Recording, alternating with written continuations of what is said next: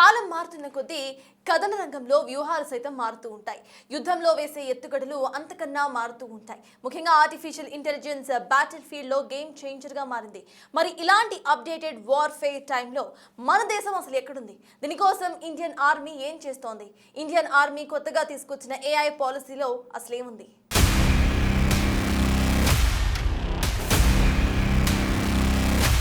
Killer robots, deadly drones.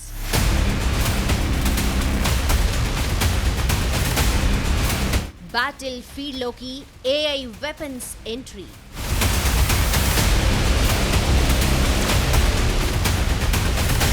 సైనికులను replace చేయనున్న robots.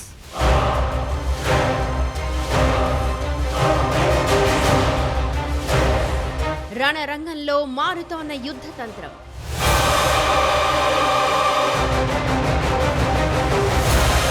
ప్రస్తుతం ఆర్టిఫిషియల్ ఇంటెలిజెన్స్ యుగం నడుస్తోంది. ఎక్కడ చూసినా AI గురించే చర్చ. మనుషులు గంటలు రోజుల పాటు చేసే పనులను క్షణాల్లో చేసి పెడుతుంది AI. ఇప్పుడు టెక్నాలజీ కథన రంగంలోకి వచ్చేసింది. ఇప్పటికే రణరంగం రూపురేఖలను మార్చేసింది AI. అలాంటి AI టెక్నాలజీని అందిపుచ్చుకుంది ఇండియన్ ఆర్మీ. సరికొత్త AI పాలసీని తీసుకొచ్చి మరీ ఇండియన్ ఆర్మీలో మార్పులు చేర్పులు చేస్తోంది. ఇండియన్ ఆర్మీ AI పాలసీపై ఒక్కసారి ఫోకస్ చేస్తే దానిలో చాలా కీలక విషయాలు ఉన్నాయనేది అర్థమవుతుంది. లీథల్ అటానమస్ వెపన్ సిస్టమ్స్ కు రంగం సిద్ధం చేసింది కొత్త AI policy. AI policy brain అయితే లాస్ అనేది శరీరం లాంటిది అని చెప్పొచ్చు. ఇండియన్ ఆర్మీలో AIని ఎలా వాడాలి, ఎలా డేటాను అనలైజ్ చేయాలనేది ఇప్పుడు తేల్చేసింది ఇండియన్ ఆర్మీ.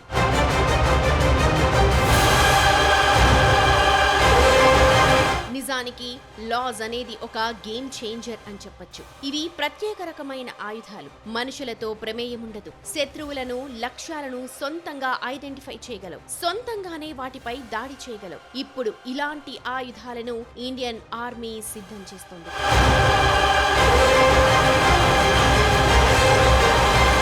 మనుషుల అవసరం లేకుండానే యుద్ధ క్షేత్రంలోకి వెళ్లి నిఘా ఉంచడం, అవసరమైతే దాడులు చేసే ఆయుధాలను సిద్ధం చేస్తున్నారు. ఇందులో కిల్లర్ రోబోట్స్, అడ్వాన్స్డ్ డ్రోన్స్ ఉన్నాయి. హై రిస్క్ ఏరియాల్లో సైనికులను రోబోలతో రిప్లేస్ చేసే అవకాశం ఉంది. సరిహద్దుల్లో కూడా అవసరమైన చోట్లలో ఈ రోబోలను మోహరించే అవకాశాలు కనిపిస్తున్నాయి.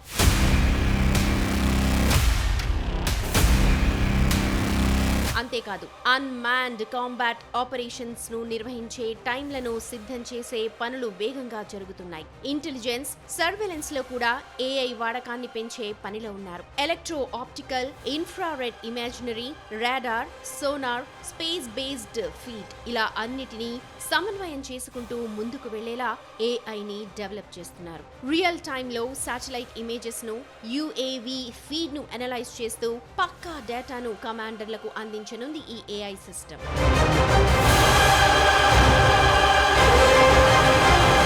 ప్రస్తుతం జరుగుతున్న యుద్ధాలను చూసిన తర్వాత డ్రోన్ టెక్నాలజీ డెవలప్మెంట్ పై మరింత ఫోకస్ చేయనుంది ఇండియన్ ఆర్మీ. ముఖ్యంగా స్వామ్ డ్రోన్లను డెవలప్ చేయడంపై ఫోకస్ చేసింది. అటానమస్ ట్యాంక్లు, మ్యూల్స్ అంటే మనుషులు లేకుండా యుద్ధ క్షేత్రంలో వెళ్లి నిఘా పెట్టడం లేదా కాల్పులు జరిపే రోబోటిక్ వాహనాలను డెవలప్ చేయనున్నారు. అంతేకాదు, సరిహద్దుల్లో చొరబాటుదారులను గుర్తించి ఆటోమేటిక్ గా హెచ్చరించడమో లేదా కాల్పులు జరిపే సెంట్రీ గన్స్ ను డెవలప్ చేయనున్నారు.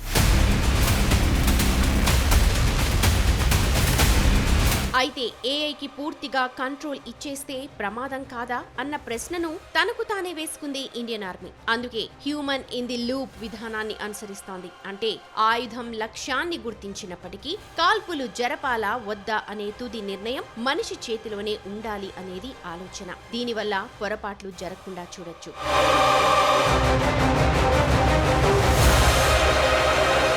ఆర్మీలో AI టాస్క్ ఫోర్స్ ను ఏర్పాటు చేస్తున్నారు. Directorate general of information systems కింద ప్రత్యేక నిపుణులతో ఒక టాస్క్ ఫోర్స్ ని ఏర్పాటు చేశారు. అంతేకాదు, సైన్యం కోసం ప్రత్యేకంగా ఒక AI ల్యాబ్ ను ఏర్పాటు చేసి కొత్త పరికరాలన్నిటిలోనూ AI ఫీచర్స్ ఉండేలా నిబంధనలను మార్చారు.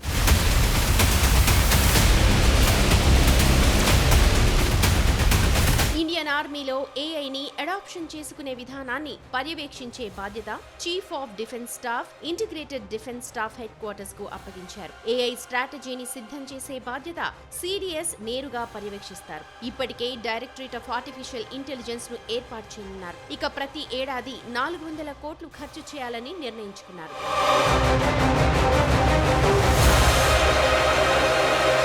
నిజానికి ఇండియన్ ఆర్మీలోకి రోబోల ఎంట్రీ ఓ గేమ్ చేంజర్ అని చెప్పాలి. భూమికి 20,000 అడుగుల ఎత్తులో ఉన్న సియాచిన్ లాంటి హిమాలయ పర్వత ప్రాంతాల్లోని కఠినమైన వాతావరణ పరిస్థితులు ఉంటాయి. ఇలాంటి ప్రాంతాల్లోకి వాహనాలు కానీ హెలికాప్టర్లు కానీ చేరుకోలేవు. ఇక్కడ యుద్ధం చేయడం కాదు, బతికుండడానికే పోరాటం చేయాలి. ఇలాంటి ప్రాంతాల్లో పనులు చేయడంతో పాటు యుద్ధం చేసేందుకు మ్యూల్ ని సిద్ధం చేస్తున్నారు. మ్యూల్ అంటే మల్టీ యూటిలిటీ లెగ్డ్ ఎక్విప్మెంట్ అని అర్థం. ఇవి చూడ్డానికి 4 కాళ్లతో ఉండి కుక్కలని పోలిన రోబోలు ఏఐతో పనిచేస్తాయి. -40 డిగ్రీల చలి నుంచి 50 డిగ్రీల ఎండ వరకు ఎలాంటి కఠినమైన వాతావరణాన్నైనా తట్టుకుంటాయి. ఇప్పటికే వీటిని కొన్ని ప్రాంతాల్లో మోహరించారు కూడా.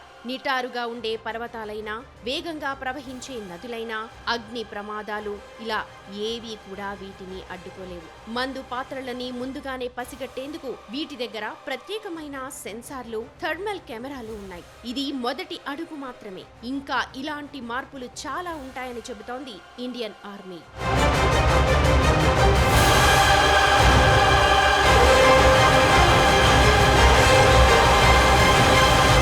నిజానికి భారత్ కంటే ముందే చాలా దేశాలు ఏఐ విషయంలో మేలుకున్నాయి. ఇప్పటికే కొన్ని దేశాలు టెస్టింగ్ రేంజ్ ను దాటి ఇంప్లిమెంటేషన్ దిశకు సైతం వచ్చేస్తాయి. మరి ఏఐ వార్ఫేర్లో ఏ దేశం స్థానం ఎక్కడుంది? వాటితో కంపేర్ చేస్తే మన దేశం అసలు ఎక్కడుంది?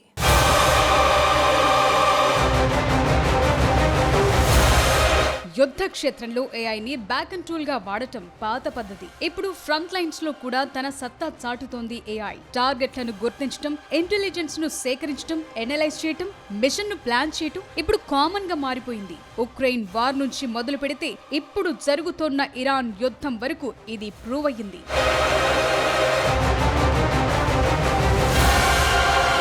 ఇక్కడ ఇంట్రెస్టింగ్ విషయాన్ని మనం తెలుసుకోవాలి. 2024లో ప్రపంచంలోని అన్ని దేశాల బడ్జెట్లను గమనిస్తే వాటి రక్షణ రంగ బడ్జెట్ కే $2.7 ట్రిలియన్ కేటాయించాయి. ఇది అంతకు ముందు బడ్జెట్ తో పోలిస్తే 9.4% ఎక్కువ. కోల్డ్ వార్ నాటి పరిస్థితుల తర్వాత ఈ స్థాయి పెంపు ఇదే తొలిసారి. ఇక 2015 నుంచి 2024 మధ్య బడ్జెట్లను పరిశీలిస్తే ఏకంగా 37% బడ్జెట్లను పెంచేశాయి ఆయా దేశాలు. ఇందులో ఎక్కువ శాతం ఏఐతో పనిచేసే weapons, cyber warfare systems, satellite లేదా సొంతంగా పనిచేసే డ్రోన్స్ కోసం ఖర్చు చేశాయి.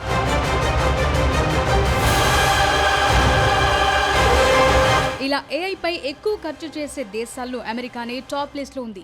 అమెరికా $997 బిలియన్ కేటాయించింది. ఆ దేశ జీడీపీలో ఇది 3.40%. ఇందులో $384 బిలియన్ రీసెర్చ్ అండ్ డెవలప్మెంట్ కోసం ఖర్చు చేస్తుంది. ఇందులో $9.8 బిలియన్ అటానమస్ అన్మాన్డ్ సిస్టమ్స్ కోసమే ఖర్చు చేస్తుంది.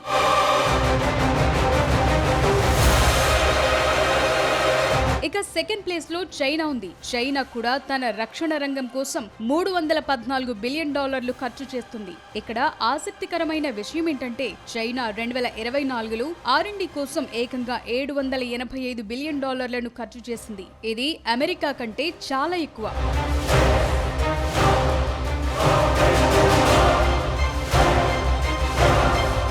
రష్యా కూడా తన డిఫెన్స్ బడ్జెట్ ను గణనీయంగా పెంచింది. ఏకంగా $149 బిలియన్ కేటాయించింది. అమెరికా, చైనాతో పోల్చితే తక్కువే, కానీ జీడీపీ పరంగా చూస్తే అన్ని దేశాల కంటే ఎక్కువే అని చెప్పాలి. ఎందుకంటే ఏకంగా 6 నుంచి 7% నిధులను రక్షణ రంగానికే కేటాయిస్తుంది రష్యా. అంతేకాదు, రక్షణ రంగంలో కొత్త టెక్నాలజీని తీసుకురావటం, ఏఐ డెవలప్మెంట్ కోసం 10 ఏళ్ల ప్రణాళికను రచించి అమలు చేస్తోంది రష్యా.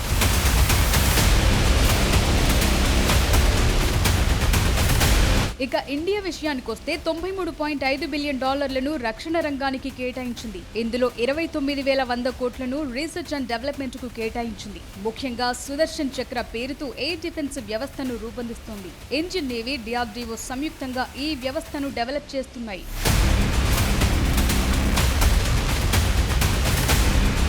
నిజానికి అన్ని దేశాలు ఏఐ ప్రాముఖ్యతను తెలుసుకున్నాయి. అందుకే కోట్లాది రూపాయలను ఈ టెక్నాలజీ కోసం కుమ్మరిస్తున్నాయి. కానీ ఈ విషయంలో అమెరికా ఓ అడుగు ముందుకేసిందనే చెప్పాలి. ఎందుకంటే ఇప్పటికే అనేక యుద్ధాల్లో ఈ టెక్నాలజీని సక్సెస్ఫుల్ గా అమలు చేసి సక్సెస్ కూడా అయ్యింది.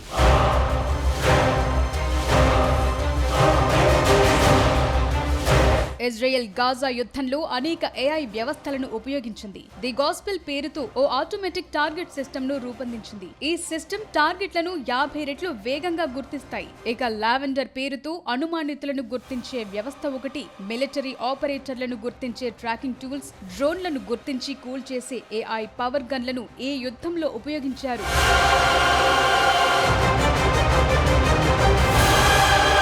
ఉక్రెయిన్ రష్యా వార్లో కూడా ఏఐని గట్టిగానే వాడారు. రష్యన్ జీపీఎస్ సిస్టమ్ ను జామ్ చేసి దాడులు చేసే అటానమస్ డ్రోన్లను ఉపయోగించారు. అంతేకాదు అన్క్రూడ్ గ్రౌండ్ వెహికల్స్ ను కూడా ఈ యుద్ధంలో ఉపయోగించారు. యుద్ధం చేసే సైనికులకు కావాల్సిన ఆయుధాలు అందించడం, సైనికులను సురక్షితంగా చేరవేయటం, కొన్నిసార్లు నేరుగా యుద్ధం చేయటం కూడా చేశాయి. అంతేకాదు శాటిలైట్లు, డ్రోన్లు గ్రౌండ్ రిపోర్టులను అనలైజ్ చేసి రియల్ టైం టార్గెట్ల డేటాను కమాండర్లకు అందించే డెల్టా సిస్టమ్ కూడా సక్సెస్ఫుల్ గా పనిచేసింది. లేటెస్ట్ గా వెనెజుయేలాపై అమెరికా చేసిన ఆపరేషన్ లో కూడా ఏఐ కీలక పాత్ర పోషించింది. ఆంథ్రోపిక్ తీసుకొచ్చిన క్లాడ్ ఏఐ ని ఉపయోగించింది అమెరికన్ ఆర్మీ. ఈ సిస్టమ్ ద్వారానే నికోలస్ మదురోను అతి తక్కువ టైంలో కిడ్నాప్ చేయగలిగింది అమెరికా.